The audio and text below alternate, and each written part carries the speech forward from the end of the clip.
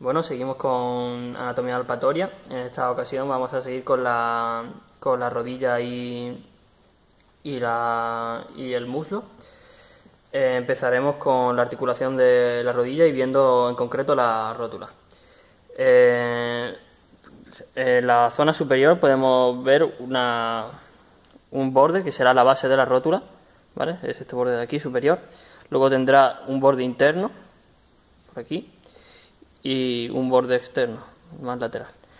Ambos confluyen en un vértice, que será el vértice de la rótula, y como podemos ver tiene gran movilidad y podemos aprovechar esta movilidad para deslizar la rótula lateral y medialmente y así tocar la zona posterior de la rótula, tanto su cara medial posterior como su cara posterior y externa.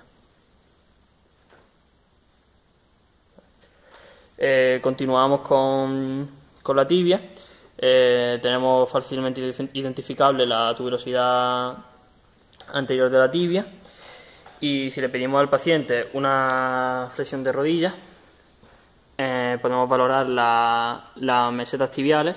Aquí vemos la rótula, su tendón rotuliano y dos pequeñas depresiones a ambos lados.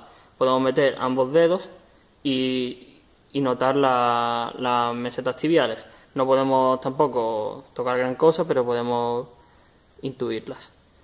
Un poquito superior, o sea, a estas mesetas tibiales encontraremos la depresión, y justo por encima encontraremos ambos cóndilos, tanto el medial como el externo. Serán los relieves óseos del fémur. Aprovechamos esta posición para identificar la ranura cóndilo-troclear. En los apuntes viene que son dos, supongo que será porque hay dos cóndilos y cada uno tendrá su ranura correspondiente y dará paso a la tróclea.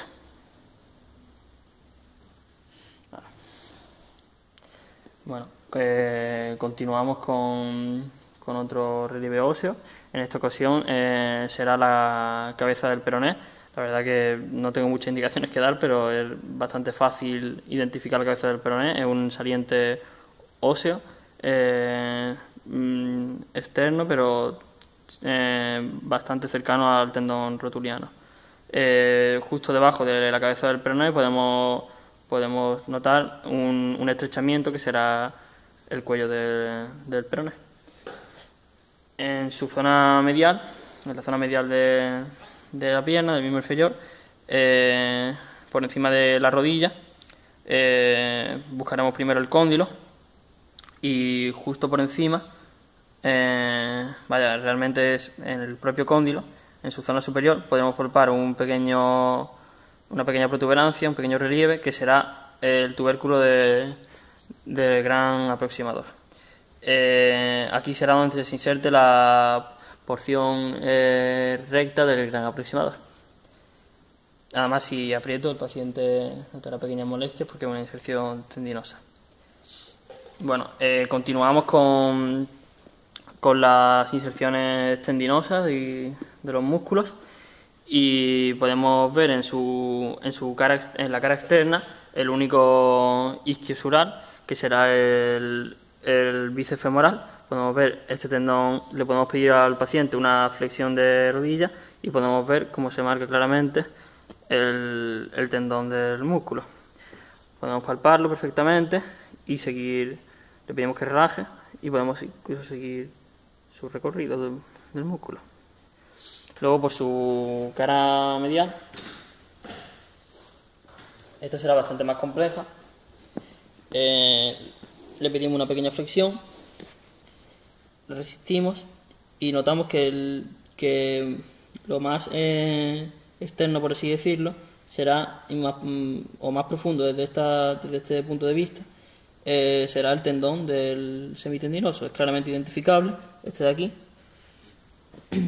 Entre medias, o sea, en medio estará la masa muscular del semimembranoso. No será un tendón porque recordemos que es un tendón plano que luego se divide en tres inserciones, por lo tanto no le daremos una cuerda tendinosa propia como la del semitendinoso, sino será más bien una masa muscular y más profunda. Es decir, y luego más externo, más medial, notaremos la inserción tendinosa del músculo grácil, que será esta de aquí. Esta de aquí se nota perfectamente. Y entonces entre medias notaremos una pequeña depresión y al fondo notaremos la masa muscular del semimembranoso.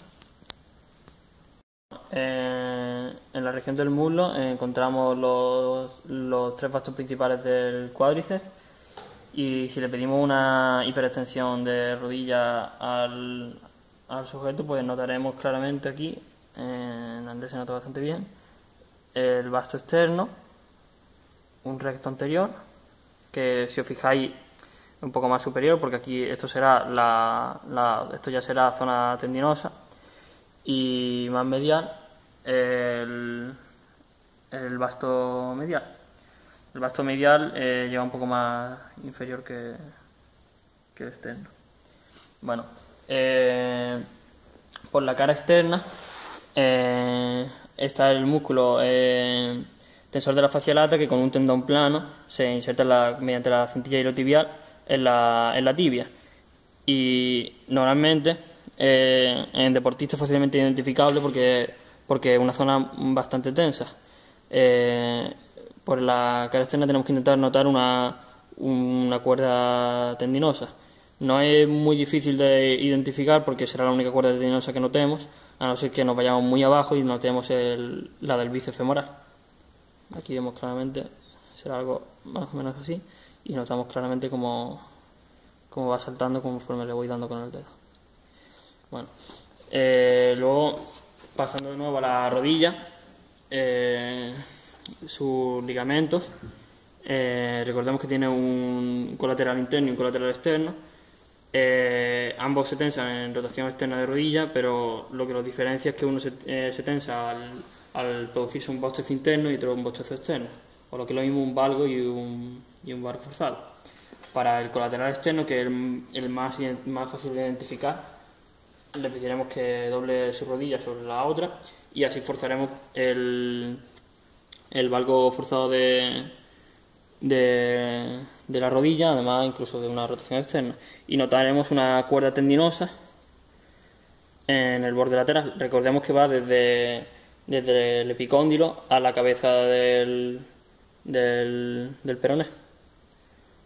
Estas serían las inserciones, y aquí en medio está el ligamento colateral externo. Es una cuerda bastante gorda y grande. El otro, que es un poco más difícil de identificar, va desde el epicóndilo medial hasta la zona anterior de la tibia, algo así más o menos. Bueno, pues para identificarlo le pediremos un valgo forzado y intentaremos tocar el bostezo interno y buscar una cuerdecita. Esta cuerdecita es de menor tamaño y menor grosor. Cuesta un poquito identificarla, pero se consigue. Voy a dejar un momento para que el paciente se depile. Vamos a continuación con la musculatura restante. Volvemos a indicar y a recordar el semitendinoso, que queda bastante por debajo de la rodilla, quedaría aquí. Un poquito más medial quedaría el grácil, que recordemos que va hacia el pubis, y el músculo que vamos ahora es el sartorio, que va desde la espinilla cantero superior hasta la zona medial de la rodilla. Por tanto, tenemos aquí donde debemos hacer la diferenciación es entre el sartorio y el grácil. No debemos confundir uno con el otro al intentar buscar el sartorio. Así que a lo mejor nos puede ayudar un poco pedirle al paciente una aproximación de la pierna y reconocer el grácil, que es el músculo que estará más en tensión. Lo podemos palpar, y una vez que tenemos más o menos claro dónde está el grácil, podemos ir a buscar el sartorio, y el movimiento será justamente el que realiza el músculo, que será una rotación externa de cadera y una interna de rodilla. Bueno, entonces le vamos a pedir ese movimiento al paciente y nosotros se lo resistiremos. A ver, vamos. Lo haremos repetitivamente e iremos recorriendo el músculo que se va contrayendo y vemos como realmente sigue un recorrido parecido al principio al del gracil, pero conforme vamos avanzando se va elevando en el muslo, pero tarda bastante en elevarse.